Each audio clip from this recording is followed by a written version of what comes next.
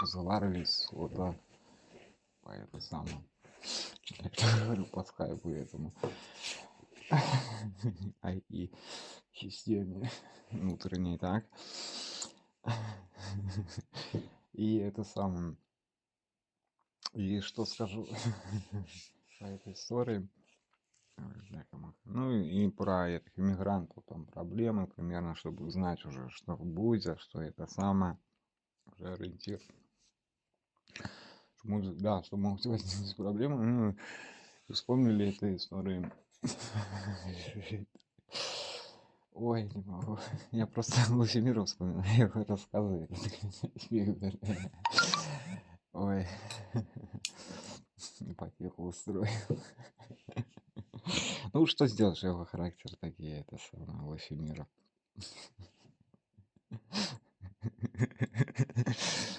Да и про это, про иудейское царство, это вспоминали про заповеди, это, вот эту вот историю, кто-то, вот ведическая вера там и каноны, что старейшие, вот кто-то много спрашивает, что ведическая вера, вот задали, причем тут Коран и христианство ведической веры. И его вот второй, и не, там ее первый том вообще старейший Гипарборею, это вообще на скрижалях написаны. Там и особо новому поколению не интересен. Там еще межзвездная война описана в первом томе. Огненной Библии этой. А во второй, там вроде бы третий. Это вот 4-я книга, вроде бы. Да, вот это 4-я вроде бы книга. Вот это в Галле. Или 3-я. Она короткая, это не полная.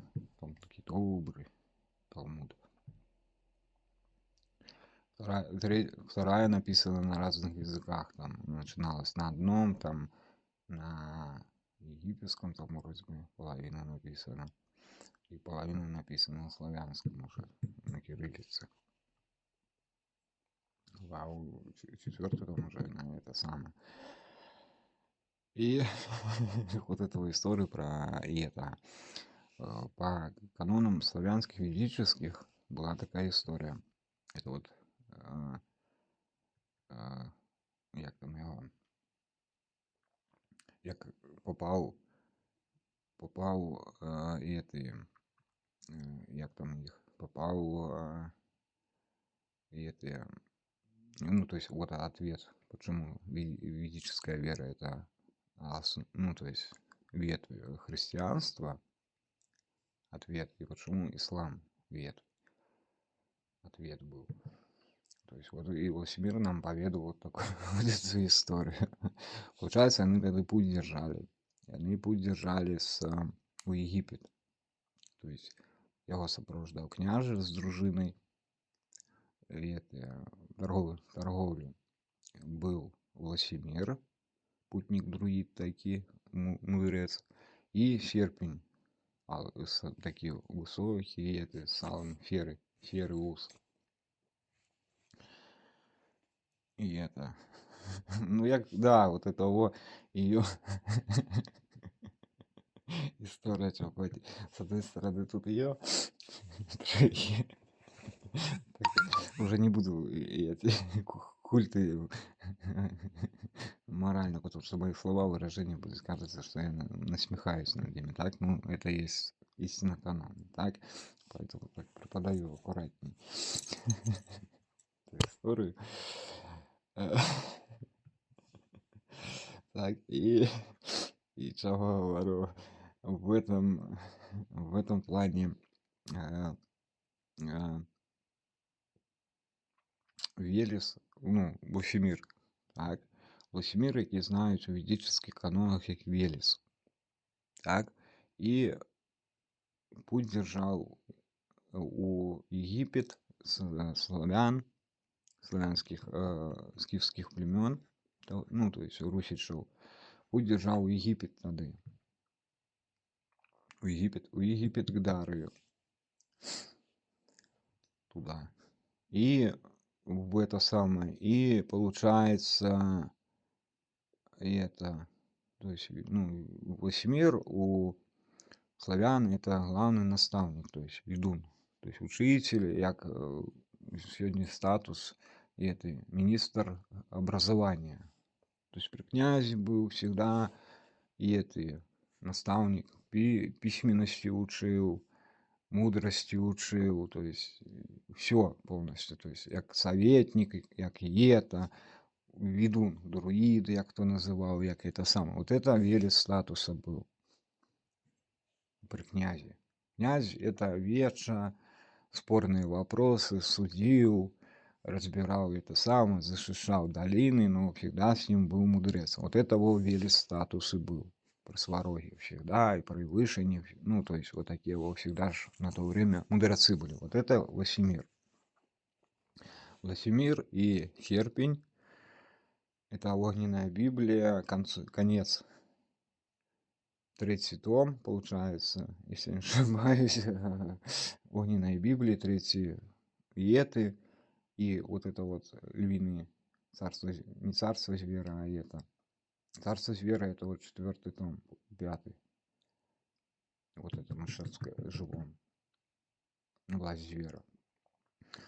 И там, да, там много кто путает, но там другое. Смысл другие. Кто понимает философию, глубину философии ведической веры, то тут понятие другое. Власимир так выражается, ну, то есть выражение священников, другое там много запутано, и особо говорить об этом нема.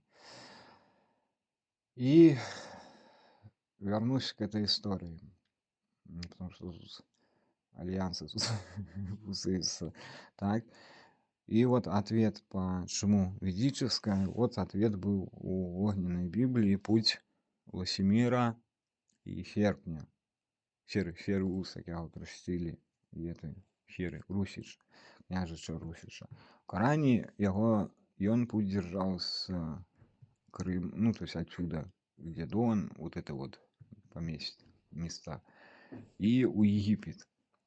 Вот они прошли через это самое и попали, коли Яков, и это, там ее описано в Библии, як разгородил и этих овец, там усіх, по пастбища разломал все это, выпустил овец, и они тогда вмешались. Вот тады Власимир и это, и они же друиды, согнали этих овец обратно, Яков все на их погонь. А я с местными владарами разговаривали, куда путь держать, и они рассказали, что в Египет. И они отправились. Тогда путь держали через Мухаммеда, через город. Ну, то есть путешествовали вон до Египта. Мухаммед там описаны у них. Встретили, и это самое. И обратно шли. То есть побыли в Египту и обратно шли в Мухаммеда, и они на обратном пути оставили ему подарок тогда с Египта и в обозах. И он жаловался, что и это Мухаммед, что, вы помните, что ведическое отмечено, что Яков в одном поколении с Мухаммедом был. То есть в этой вот, наверное, пути их Мухаммеда бачили, мудреца их нога, потом тут, в Иудейском царстве. Тады где-то Мухаммеду оставили на лампу тады накаливания и аккумулятор амфору такую. Вместо лампады. И это вез себе дитё. И наш, як там, хто мокриші, я називав мокриші, прала, лучину палила тоже. И это, так он своей вез такий подарунок дівчатам своим, диву такую. Вот. И к чему говорю об этой истории, продолжаю. Вот они у Мухаммеда побыли, откуда Аллах появился, в красном плаще, ссылки, русичи высокие. Вот. Так, опустим эту историю. То есть, и дальше. Тут они... Тут